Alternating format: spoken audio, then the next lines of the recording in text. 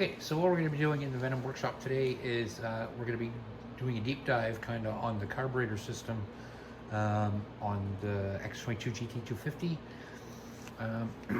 It's a little bit different, the carb on this. It's got an automatic choke on it, so the choke actually operates independent. You don't have to do anything or do adjust anything for it. It just takes care of itself. In theory, it's supposed to do that, but sometimes if something gets gummed up or the carb has to be cleaned, it will make it run a little bit weird. It'll run up and down, things like that, or it might rev really high and then just shut down. That's a pretty good indication that you've got a carb that needs to be serviced or cleaned. So what we're going to do is we're actually going to dig into this, and we're going to get to the carburetor. So to get to the carb, what I like to do is remove these panels right here, and the fairings. Actually, these are called fairings, not panels, but either way, anyway, I like to remove these two fairings and then the two fairings on the other side underneath the seat. To remove these, it's pretty easy. It's just a number 5 Allen key, and you'll need a Phillips screwdriver. So I'm gonna grab those just right now.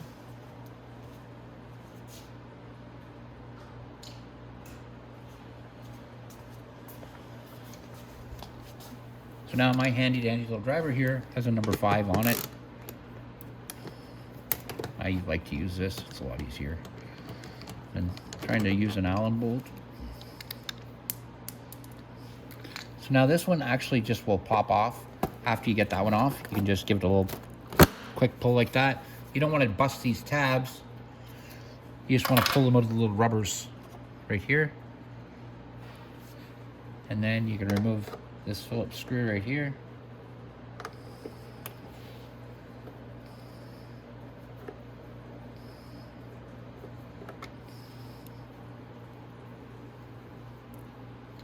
And this bottom one. Right there. And that gives us a look at the carburetor.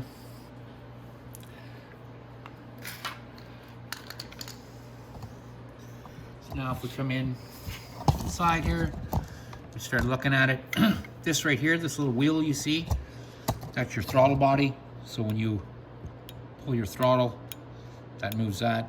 And what that makes inside here, it makes the needle valve go up and down. And then when the needle valve goes up, it lets gas squirt through the jet into the intake and then into the motor. So this, like I said, bike has some vacuum lines and things that the other bikes don't have.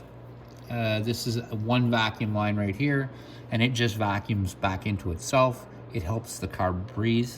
Then you got this one right here, and it's another vacuum line. It comes off into the vacuum lines for the emission system.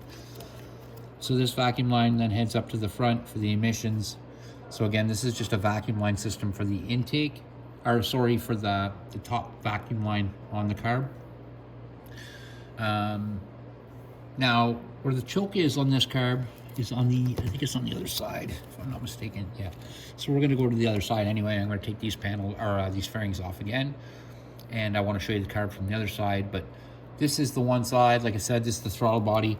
This is supposed to be for your idle adjust, but the thing is they've made it so you can't do any sort of an adjustment on it. So where it's set for idle right now, excuse me, is where it's set. It's not going to be adjusted that way. Most times that you're idle, if it's out, it's nothing to do with the idle on the carburetor. It's actually to do with your valve adjustment right here. I already have a video on how to adjust the valves on that bike.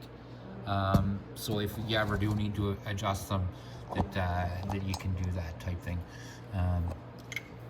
And that's only at a stall, or if you stop your bike, it's brand new, you stop your bike at a gas or at a stoplight or something and it stalls. Most likely it's just your timing is, your valve timing is out a bit. Like I said, I have videos on how to adjust this, and I kind of explain that all when I do it. So now I'm going to go to the other side. I'm going to pull off the fairings on the other side so we can have a look at the carb on the other side. I want to be able to show you everything, where the fuel line goes in, all that jazz, and we'll get you set up that way. So let's get around to the other side.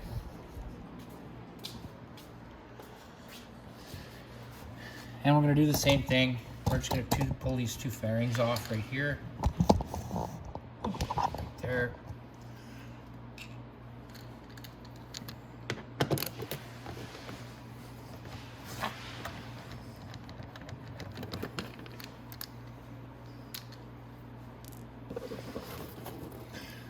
A little pull toward you, just like that.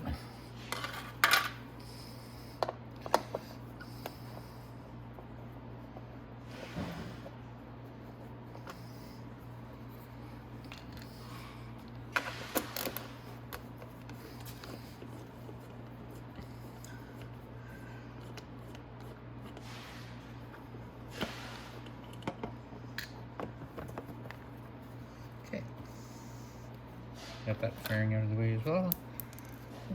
Okay, so now this right here, drop down, is your carb on the other side. So this intake here goes to the air box. This right here, this line going into the bottom right here, this is your fuel line. So the filter is right here. So all you have to do is follow that line from the filter, and it should go right in here at the bottom of your carb on the side.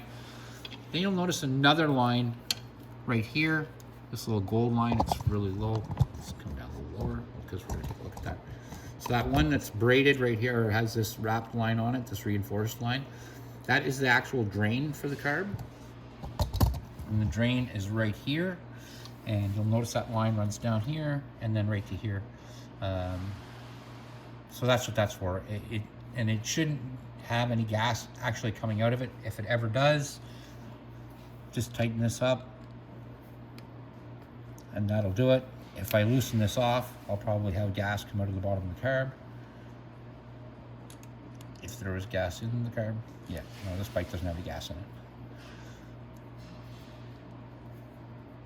But that's what that's for. It's the drain for the carburetor. Your choke on this is right here. So this black thing right here is your choke. Now your choke has something that operates it. It runs off of power. So there's a power cord comes off and goes to the other side and clips into a white clip. There should be two wires that come off your carb. There should be another one. It's for a heat sensor that goes right here. I'll show you that right here.